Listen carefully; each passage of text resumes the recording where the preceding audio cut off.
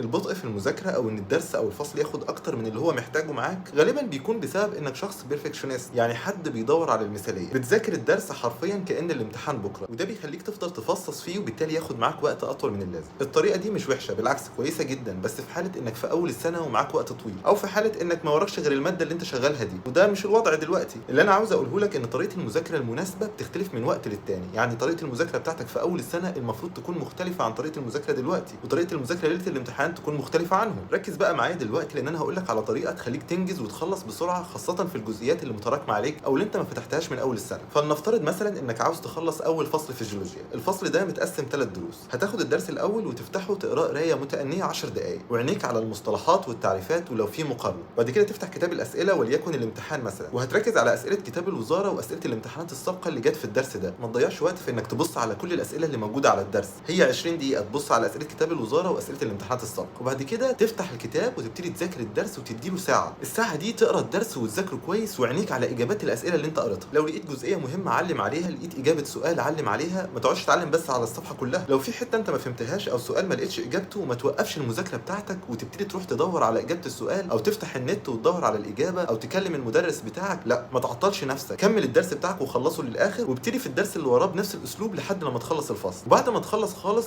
أنت جمعت مثلا 10 أسئلة أو 20 سؤال ما لقيت لهمش إجابة، وجزئيات معينة ما فهمتهاش، في آخر اليوم بتاعك الحاجات دي تبعتها للمدرس بتاعك يجاوبها لك، أو بعد ما تخلص خالص تبتدي تدور عليها على النت بس تكون خلصت اللي وراك. يبقى الأسلوب ده باختصار عبارة عن إنك تفتح الدرس وتقراه قراية سريعة 10 دقايق، وبعد كده تبص على أسئلة الامتحانات السابقة وأسئلة الوزارة اللي جت على الدرس ده، وبعد كده تذاكر الدرس بسرعة لمدة ساعة. الأسلوب ده كنت دايما أمشي عليه لما يبقى ورايا كميات كبيرة وعايز أخلصها في وقت محدود. الفكرة إنك تربط الكمية اللي عايز تخلصها بالوقت، وما تسيبش نفسك اوبن، يعني مش تعدي 3 4 ساعات وتلاقي نفسك في الآخر ما خلصتش غير درس واحد. الأسلوب ده هيضمن لك إن على الأقل 80% من الفصل ثبت في دماغك. عشان تثبت ال 100% محتاج تكرر، بمعنى إن أنت النهارده ذاكرت الفصل الأول للجيولوجيا، تاني يوم هتيجي تذاكر الفصل الثاني، قبل ما تبدأه راجع بسرعة على الفصل الأول، هتلاقيه خلص معاك بسرعة جدا، ولو في أي حاجة وقعت منك هتجمعها. وعشان تبقى سريع في المذاكرة واستيعابك يكون عالي عموما، في كام حاجة كده هقول لك عليهم تخلي بالك منهم. أول حاجة، ما ينفعش ذهنك يكون مشتت أو بتفكر في أي حاجة تانية أثناء المذاكرة، يعني ما ينفعش تكون بتفكر في ماتش هتتفرج عليه النهارده بالليل، أو في خروجة هتخرجها مع صحابك. لازم ذهنك يكون صافي تماما أثناء ما أنت بتذاكر. حاجة كمان، ما ينفعش تكون متوتر وخايف. الخوف شيء طبيعي، بس ما ينفعش تخليه يسيطر عليك. يعني في ناس من كتر الخوف والتوتر تلاقيه يفتح الجيولوجيا يذاكر درس وبعد كده يقفل ويفتح على طول الفيزياء، لا طب انا لا ارجع احل اسئله، ولا طب ابص على الامتحانات. ده انت كده بتلخبط نفسك والوقت بيعدي وانت ما خلصتش حاجه. سيطر على الخوف والتوتر بتاعك، ذاكر من غير ما تفكر كتير. ما ينفعش تكون بتذاكر في العربي ودماغك في فصل الفيزياء اللي متاخر عليك، ركز في حاجه واحده وخلصها. تاني حاجه، حاول تظبط الاجواء حواليك، يعني ما ينفعش التلفزيون يكون مفتوح قصادك وانت قاعد بتذاكر، او ان الموبايل كل شويه عمال يجي لك نوتيفيكيشن من الفيسبوك والانستجرام. ولو اخواتك معاك في الاوضه وبيعملوا دوشه، خرجهم بره الاوضه انت بتذاكر، مش هيتضايقوا على فكره. حاجه كمان، المكان اللي يريحك هو ده اللي تذاكر فيه. يعني انت متعود تذاكر على المكتب بتاعك في اوضتك، خلاص تمام. متعود تذاكر على الكنبه في الصاله بتاعت بيتكم، تمام. بتحب يا سيدي تفرش كتبك وتذاكر على الارض، الطريقه اللي بتريحك وانت متعود عليها هي دي اللي هتساعدك تنجز وتخلص. وفي تريكايه كمان تخلي بالك منها وهتساعدك تنجز وتخلص بسرعه، هي انك تثبت ميعاد المذاكره. يعني انت مثلا تعود نفسك ان كل يوم من الساعه 7 للساعه 12 الصبح بتكون بتذاكر، هتلاقي مخك تلقائي يتعود يستوعب ويحصل معلومات بشكل كويس جدا في الوقت ده. يعني ما ينفعش النهارده بتذاكر من 8 ل 12 وبكره نايم من 8 ل 12، كده انت مخك اتبرجل وما بقاش متعود على رتم المذاكره اساسا. وبما ان الامتحانات اساسا موعدها من 9 ل 12، المفروض تكون متعود الوقت ده تكون بتذاكر وصاحي وفايق جدا، هتلاقي نفسك تلقائيا ساعه الامتحان مخك نشيط لاقصى حد. نقطه كمان عاوزك تخلي بالك منها، هي انك تحاول ما تتقلش قوي في الاكل قبل المذاكره. كل واشرب كويس على مدار اليوم، لكن قبل المذاكره ما تكونش متقل. حاول قبل ما تبدا سيشن المذاكره بتاعك تشرب كوبايه قهوه او كوبايه شاي زائد اي حاجه مسكره عشان تنشط الذهن بتاعك. المخ ما بيشتغلش غير بالجلوكوز. لو انت عندك السكر كانك ما سمعتش النصيحه دي. اختصار النصايح دي كلها هو ان رقم واحد، عقلك ما يكونش مشتت او بتفكر في اي حاجه تانية اثناء المذاكره. سيطر على التوتر والقلق والخوف بتاعك. تالت حاجه، اختار المكان اللي يريحك وظبط الدنيا حواليك بحيث تكون ملائمه للمذاكره. اهتم بالاكل والشرب بتاعك، وخليك فاكر لو في جزئيات انت لسه هتبتديها خلي بالك البدايه ممكن تكون صعبه شويه، ده عادي وطبيعي جدا. شد حيلك وركز واشتغل بس.